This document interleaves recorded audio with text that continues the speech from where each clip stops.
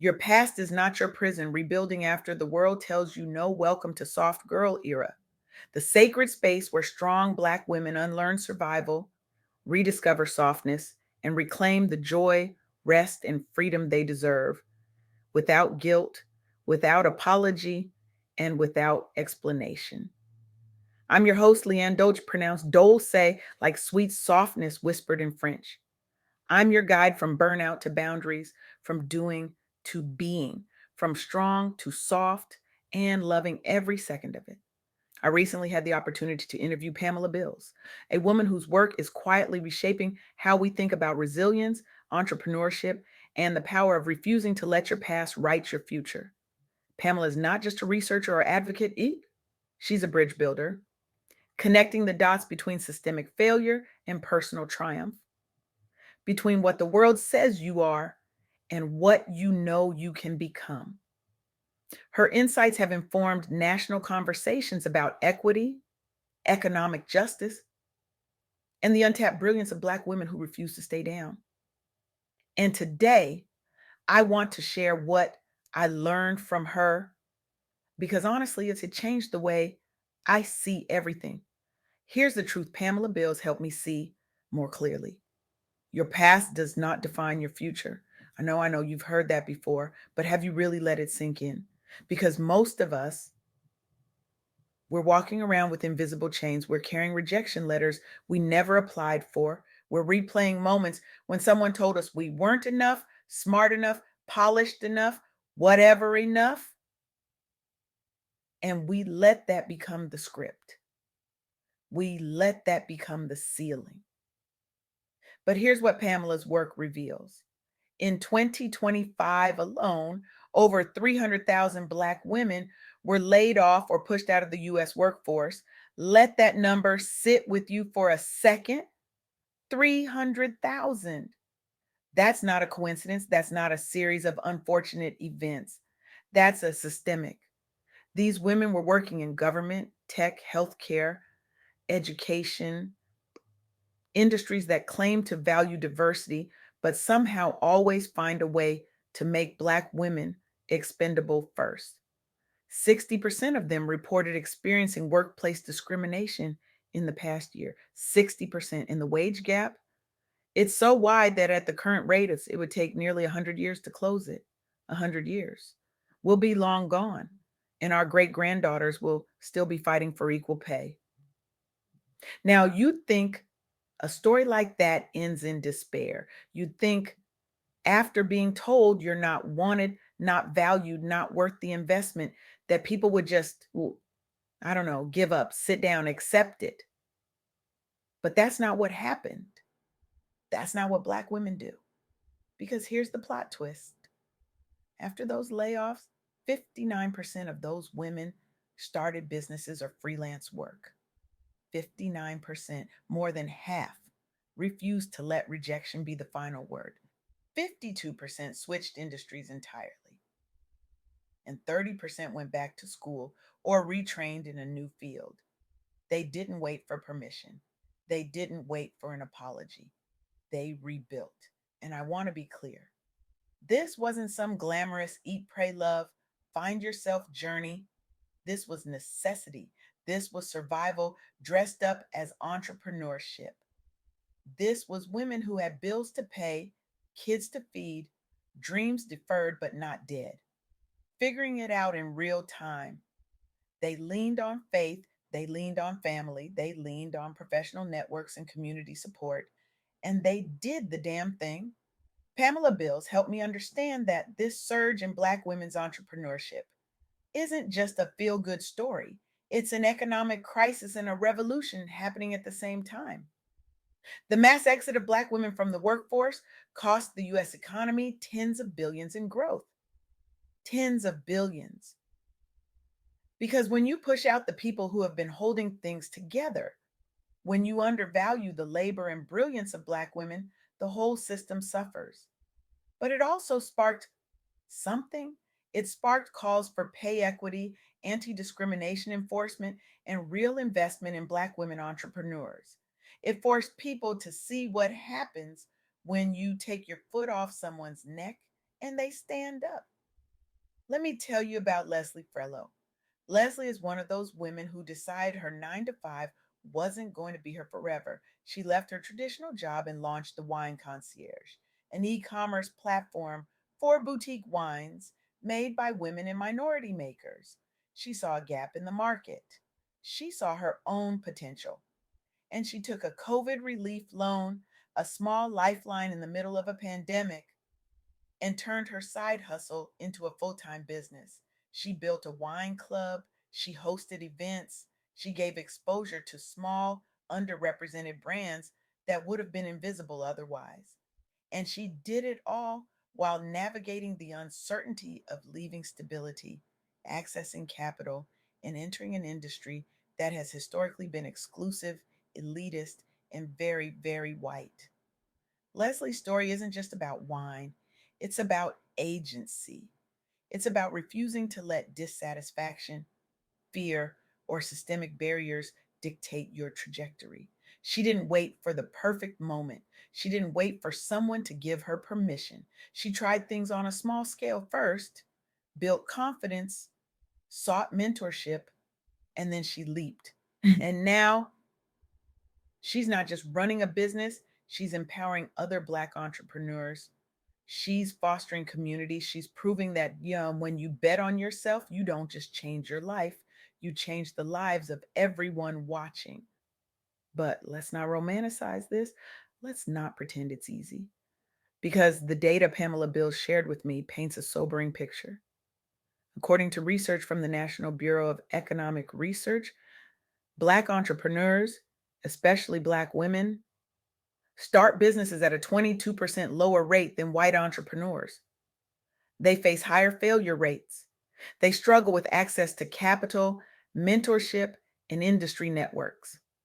The system is not set up for them to win. And yet, some do. Some thrive.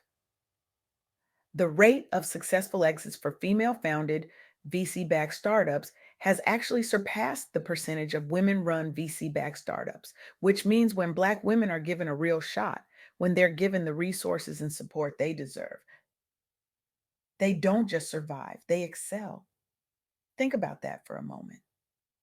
When the door is finally cracked open, when the playing field is even just slightly more level, Black women don't just walk through.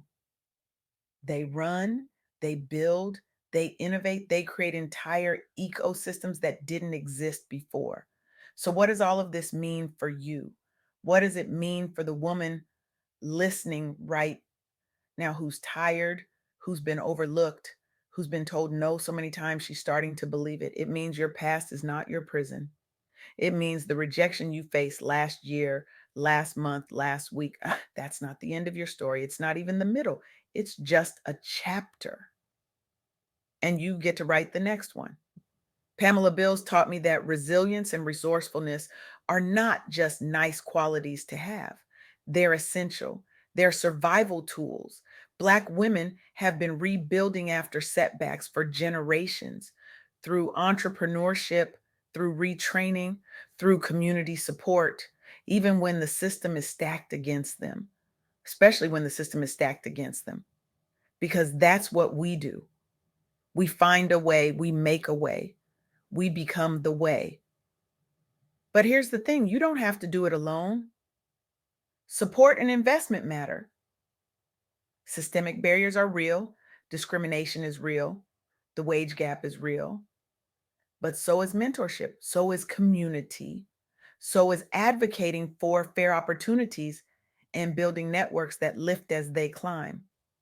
Pamela's work shows us that when we seek support, when we invest in each other, when we create spaces where Black women can thrive, not just survive, the impact is exponential. It's not just individual success, it's collective transformation. I want you to think about one area of your life where you've let past setbacks define your choices. Maybe it's a career move you didn't make because you were afraid of failing again. Maybe it's a relationship you didn't pursue because you were scared of being hurt. Maybe it's a dream you shelved because someone told you it was unrealistic. I want you to identify that one thing. And then I want you to commit to taking one small step this week to reclaim your narrative. Reach out for mentorship, explore a new skill, consider entrepreneurship. Do something that says, I am not defined by what happened to me. I am defined by what I choose to do next. Because here's what I know for sure: your past does not get to write your future. The people who doubted you, the systems that failed you, the moments that broke you, they don't get the final say. You do. And the world needs what you have. It needs your resilience. It needs your resourcefulness. It needs your refusal to stay down. When those 300,000 Black women were pushed out of the workforce in 2025, the narrative could have been one of defeat. The headlines could have read, Black women left behind again. But that's not what happened. Instead, we witnessed a mass mobilization of brilliance, a collective refusal to accept the limits placed on them, a revolution disguised as entrepreneurship. These women didn't just rebuild their careers, they rebuilt their sense of self. They reclaimed their agency. They proved that when you're pushed to the edge, you don't fall, you fly. And Leslie Frello, she didn't just launch a wine business, she created a movement. She opened doors for other women and minority makers who had been shut out of an industry that didn't see them, didn't value them, didn't believe they belonged. She turned her dissatisfaction into a mission, her fear into fuel, her uncertainty into innovation. That's what happens when you refuse to let your past define you. You don't just change your own trajectory, you change the trajectory of everyone who comes after you.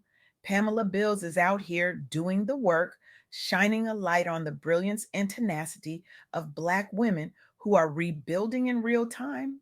And I'm so grateful for her insights, her research, and her commitment to making the world a better place. Because of people like Pamela, and because of women like Leslie, and because of the 300,000 Black women who refuse to let 2025 be their ending, we know that transformation is possible. We know that softness and strength can coexist. We know that rest is not weakness. We know that saying no is not selfish. We know that choosing yourself is not rebellion, it's reverence. So here's my challenge to you: not next month, not when things calm down, not when you feel ready, right now. I want you to stop waiting for permission to live the life you deserve. Stop waiting for someone to validate your dreams. Stop waiting for the perfect moment, the perfect plan, the perfect circumstances. Because perfection is a myth designed to keep you stuck. I want you to take one action this week that scares you. One action that says, I am not my past, I am my possibility. Maybe that's sending the email you've been drafting for months. Maybe it's scheduling the meeting you've been avoiding. Maybe it's investing in yourself, your education, your business, your healing. Maybe it's simply saying no to something that drains you and yes to something that fills you. Whatever it is, do it. Not because it's easy, not because you're guaranteed success, but because you deserve to see what happens when you bet on yourself. Because here's the truth that Pamela Bills and those 300,000 Black women and Leslie Frello and every single person who has ever rebuilt after being torn down can tell you: your past is not your prison, it's your prologue. And the next chapter, that's yours to write. So write it boldly, write it unapologetically, write it with the full knowledge that you are not defined by what happened to you, but by what you choose to do next. The world is waiting for what only you can bring. Don't make it wait any longer.